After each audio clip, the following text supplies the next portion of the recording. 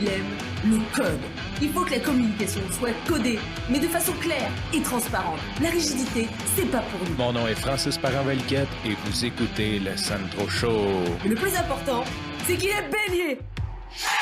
Aujourd'hui, je te présente la version audio d'une capsule vidéo que j'ai faite pour LinkedIn dans laquelle je réponds à la question « Mais qu'est-ce qui arrive si je lance mon podcast et que j'ai 0 auditeur? »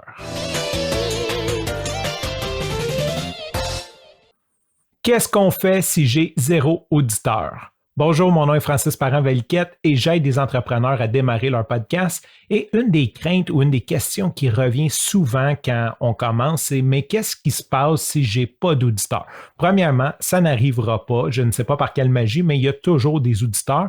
Mais pour les besoins de la cause, on va jouer le jeu que tu lances une pièce de contenu. Je parle d'épisodes de podcast, mais ça pourrait être aussi bien une vidéo YouTube ou même des publications sur les réseaux sociaux ou un article de blog et que tu n'as 0 auditeur, 0 lecteur.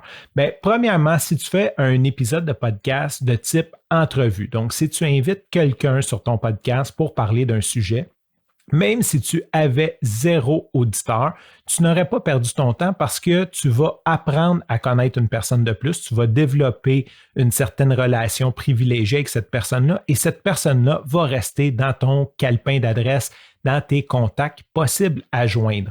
Supposons que tu fais au contraire un épisode solo, tu vas probablement devoir clarifier ton idée, clarifier ton message, mettre tout ça dans une forme qui est plus facile à digérer.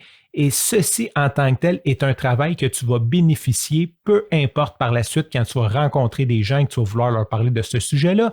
Et la troisième des choses, c'est que bien sûr, parler devant une caméra, parler devant un micro, c'est un muscle qui se travaille et définitivement, si tu le fais, même si tu n'as aucun auditeur, c'est de la pratique pour la prochaine fois. Fait que je t'invite à t'enlever cette crainte-là et juste te lancer et tout de suite créer du contenu. Tu vas voir, ça va t'apporter un lot de bénéfices autres que d'avoir un nombre de vues. Sur ce, je te remercie pour ton écoute. Je te dis à demain et bye bye.